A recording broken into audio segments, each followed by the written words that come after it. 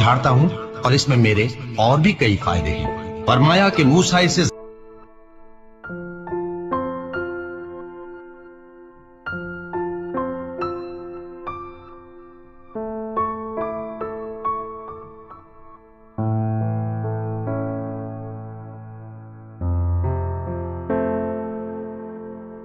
मूसा इसे जमीन पर डाल दो, तो उन्होंने उसको डाल दिया और वो यकायक सांप बनकर दौड़ने लगा।